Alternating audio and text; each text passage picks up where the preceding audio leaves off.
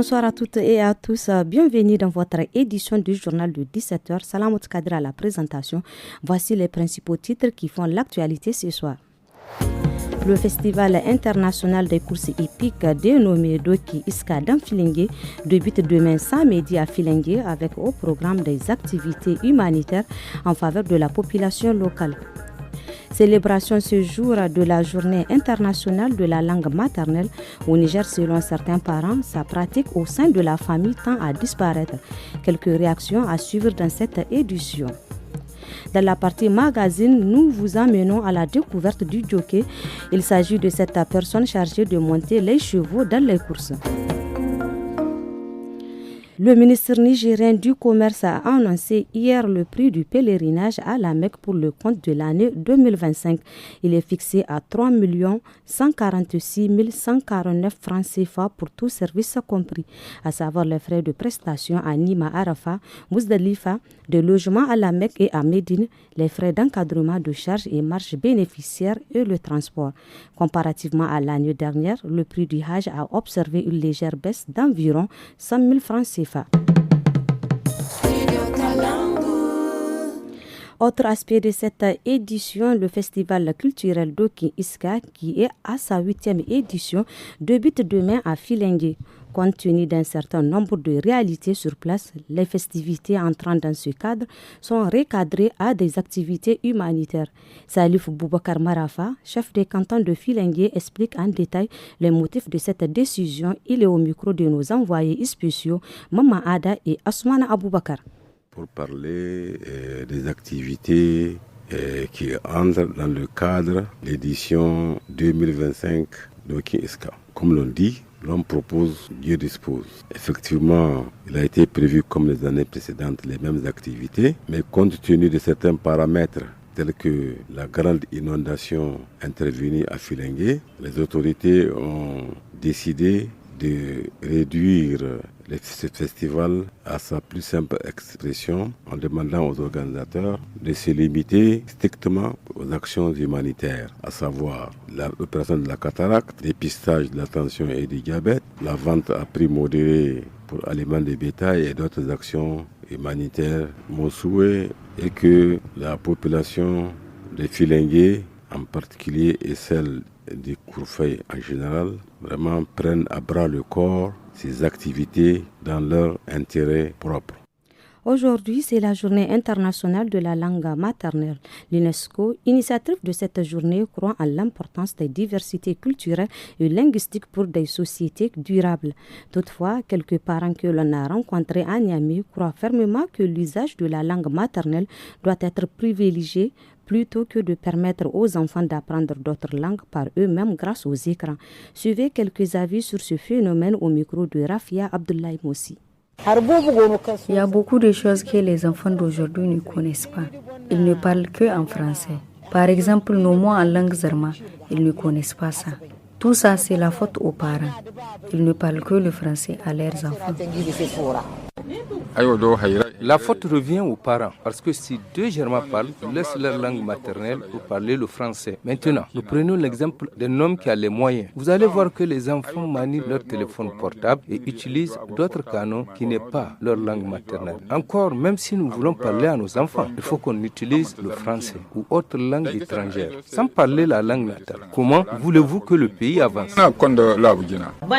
Il est inconcevable que moi, Hausa, qu'on dise que mon enfant ne parle pas ma langue. Je ne vais pas lui empêcher d'apprendre d'autres langues en dehors de chez nous. Mais tant qu'il est à la maison, nous allons parler notre langue maternelle. À chacun de préserver sa langue maternelle. À Dogandouchi s'est tenu ce mercredi sur un projet du ministère de l'Intérieur qui prévoit l'enregistrement des enfants de moins de 5 ans et numérisation de leurs actes de naissance. Une opération envisagée pour tout le pays très prochainement. Quelques précisions avec Abani Abdulrazak, coordonnateur du projet Yuri Niger, chargé de l'exécution du projet, il au micro de Ali Obawa. Le ministère de l'Intérieur est en train de commencer un chantier qui consiste à délivrer des actes de naissance à tous les enfants de 0 à 5 ans. Comme vous le savez, dans notre pays, une partie des enfants ont été déclarés, une partie des enfants n'ont jamais été déclarés. Donc cette opération va aller dans tous les villages de la commune de Dogondouchi pour pouvoir délivrer un acte de naissance à tous ces enfants. Et cette étape, c'est un pilote qui va nous servir de base pour préparer une grande opération de masse qui va consister à faire la même chose pour tous les enfants du Niger en dessous de 5 ans. Pour le moment, nous sommes à Douti et la même opération va se dérouler aussi à Filengue, à Tessawa et à Magaria. Pourquoi ces 4 communes? Parce que ce sont pour le moment les 4 communes qui sont dotées de guichets uniques. Ça veut dire qu'il y a un minimum d'équipements informatiques qui existe puisque dans la même opération, on va aussi numériser tous les actes de naissance qui ont déjà été délivrés. Le résultat attendu, c'est à peu près 124 000 enfants de 0 à 5 ans qui vont recevoir un acte de naissance et aussi c'est avoir des recommandations qui vont nous permettre de préparer l'opération de masse. Sur un tout autre plan, dans la synthèse des travaux présentés hier à l'occasion de la clôture des assises nationales de la refondation du Niger, il a été vivement recommandé la nécessité de la création d'un ministère pour la promotion de la femme et la protection de l'enfant. Un réel motif de satisfaction pour Mme Abdoulaye Aïssa, déléguée de la région de Tillabéri pour ces assises. Elle est au micro de Mokhtar Hamadou. Ce qu'il faut retenir, c'est qu'il y a déjà un début de changement de comportement au niveau des Nigériens, parce que, à l'inverse de la conférence nationale où les gens se sont chamaillés, déchirés pour avoir assisté, nous avons assisté dans la paix, dans la tranquillité et dans la plus grande responsabilité. Les décisions qui sont issues de ces travaux-là ou les conclusions ressortent des préoccupations majeures des régions parce que ce sont les conclusions des régions qui ont été étudiées ici. Et nous pensons qu'aucun secteur n'a été oublié. Et principalement, ce qui me tient à cœur, c'était la défense des intérêts de la femme, où le ministère a été complètement balayé. Lequel des ministres? Le ministère du Développement social, promotion de la femme et de l'enfant. Et là, nous avons vu une résolution qui a demandé la restauration de ce ministère-là. Les jeunes n'ont pas été oubliés. Il y avait aussi les propositions concernant l'Observatoire de la jeunesse, l'Observatoire de la chefferie traditionnelle. À Agadez, depuis quelques jours, l'essence se fait rare à la pompe. Cette pénurie serait due à un retard accusé dans l'approvisionnement de la ville en carburant. Et cela inquiète les consommateurs parce que le litre d'essence par endroit où c'est disponible est vendu au quadruple de son prix. Suivez quelques réactions au micro d'Annie Sekar. On voit vraiment le désagrément que c'est en train de causer. De un, on constate que ça réduit vraiment la circulation, en tout cas le constat qu'on arrive à faire sur les routes. Et de deux, économiquement, c'est pas bon. Aujourd'hui, tout est lié à l'énergie. Vraiment, je pense que si on peut rapidement trouver les moyens nécessaires pour remédier à ce problème-là, ça va beaucoup soulager la population de vaquer normalement à ses occupations. Le carburant maintenant est devenu à 1500 jusqu'à 2000. Maintenant, qu'est-ce qu'on va dans cette situation? Maintenant, de résoudre cette situation. Ce manque de carburant, il a causé une situation difficile parce que c'est grâce à ces moyens de déplacement là que les gens vont aller faire leur travail. C'est un sérieux problème. S'il y a une possibilité d'avoir une solution par rapport à ces manques de carburant, nous souhaitons le voir. Dans la commune rurale de Yelou, située dans le département de Gaïa, tente d'opérer un changement dans le recouvrement fiscal parce que certaines populations sont réticentes à payer les impôts et taxes municipales. Oumarou Boubacar, l'administrateur délégué de la commune rurale, explique la situation au micro de Fadel Alou.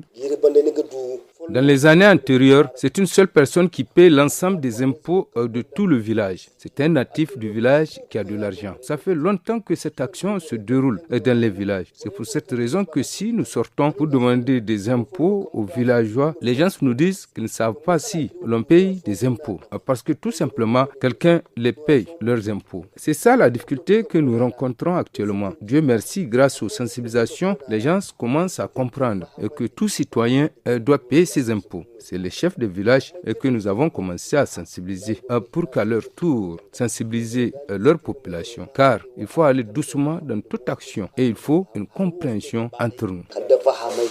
Direction d'IFA où à Ménésaoura, l'autorité de la commune urbaine a organisé une rencontre avec les chefs des quartiers de la ville pour élaborer un mécanisme de perception des taxes de voirie. Plus de détails avec Lettaman Chetima Mamadou au micro de Maman Idrissa. Nous avons rencontré les chefs de quartier. Dans cette ville, ça fait environ 4 ans, les gens ne payent pas leurs impôts. Pourtant, le fonctionnement de la mairie dépend de ces impôts. C'est avec ces impôts que nous faisons des réalisations pour le développement de la commune. C'est pourquoi nous avons changé de système. D'ailleurs, il existait depuis. Il s'agit de la taxe de voirie urbaine. Toute personne résidant dans la ville va payer 1000 francs. Les chefs de quartier vont passer l'information aux habitants. Et c'est ce qui va nous permettre de savoir le nombre de personnes par quartier, donc maîtriser le nombre de la population de la ville. Les gens doivent savoir que le fait de payer son impôt fait de la personne un bon citoyen. Toujours dans le même cadre, pour améliorer les investissements en faveur de la commune de Chirozirine, le réseau des organisations pour la transparence et l'analyse budgétaire a mis en place un comité citoyen de plaidoyer. Les membres du dit comité ont également été formés les techniques de plaidoyer. Ilyassou Boubacar, chargé de la formation du ROTAB, explique au micro d'Ahmed Filan. Nous sommes en train de mettre en place un comité chargé de faire la mobilisation des ressources composées de 15 personnes et il est reparti comme suit. 5 personnes représentant les jeunes, 5 personnes représentant les femmes et 5 personnes représentant les personnes vivant avec handicap puisque nous sommes dans une logique de souveraineté et d'inclusion où on ne va laisser personne pour compte. Et nous sommes partis du constat que les Nigériens font très d'exigences mais sans pouvoir contribuer donc à la réalisation du besoin qu'ils expriment tout le jour. Donc c'est à nous de prendre notre responsabilité et financer nos besoins. Donc nos besoins peuvent être financés à travers donc la lutte contre l'incivisme fiscal. Par exemple au niveau des marchés, la taxe des marchés. Si vous donnez 50 francs au percepteur, dites que vous avez payé le percepteur. Mais si vous payez 100 francs et qu'il vous donne le ticket, dites que vous avez financé la santé, la sécurité et l'éducation de toute la population de la commune de Chirozirine.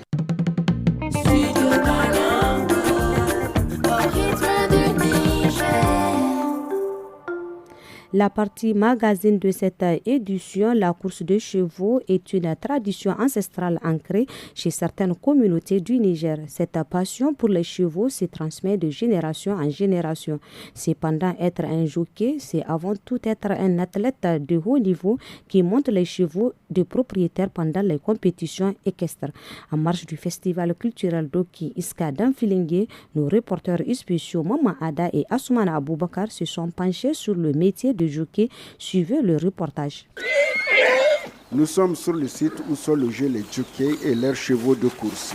D'un côté, les chevaux attachés à des piquets mangent de la paille. Et de l'autre côté, il y a Sanoussi, Issa alias SG et ses compagnons. La soixantaine révolue, SG est venu de la région de Zander.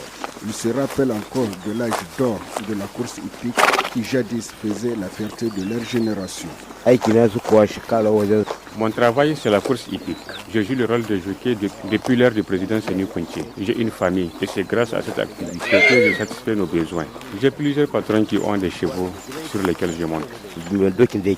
Ousmane Issa, plus connu sur le sobriquet de Bourou, monte les chevaux depuis sa tendre enfance. Bien que les courses de chevaux soient de moins en moins fréquentes aujourd'hui, ce qui trouve le plus le jeune jockey, c'est la nécessité de se restreindre en nourriture pour ne pas mettre son cheval au défi à cause d'un éventuel surpoids. Il explique que cela a un impact significatif sur l'avenir du métier.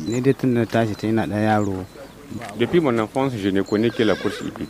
C'est de ça que je vis. Par le passé, cette activité nous donnait tout. Mais maintenant, elle a perdu sa valeur. Et puis, si vous pesez plus de 50 kg, le propriétaire du cheval va chercher un autre jockey qui a un poids respectant les normes. Nous sommes obligés donc de rester sans manger deux fois pour ne pas prendre du poids et perdre son travail. Essofou, un autre entraîneur, pense que le rôle du jockey n'est possible que si l'on travaille quotidiennement avec un cheval sur un terrain propice au cavalier et à son cheval.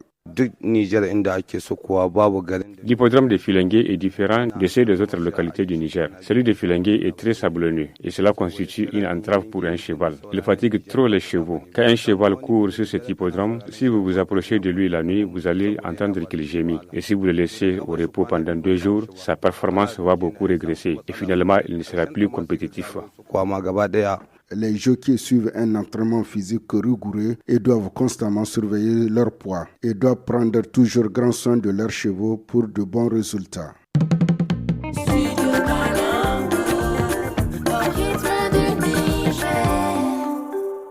C'est tout pour cette édition d'information. Merci à vous de l'avoir suivi.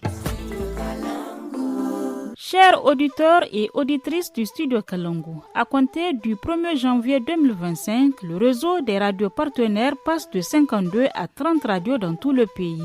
Nous espérons que cette situation, qui est indépendante de notre volonté et de celle des radios partenaires, ne sera que temporaire. Studio Kalangu.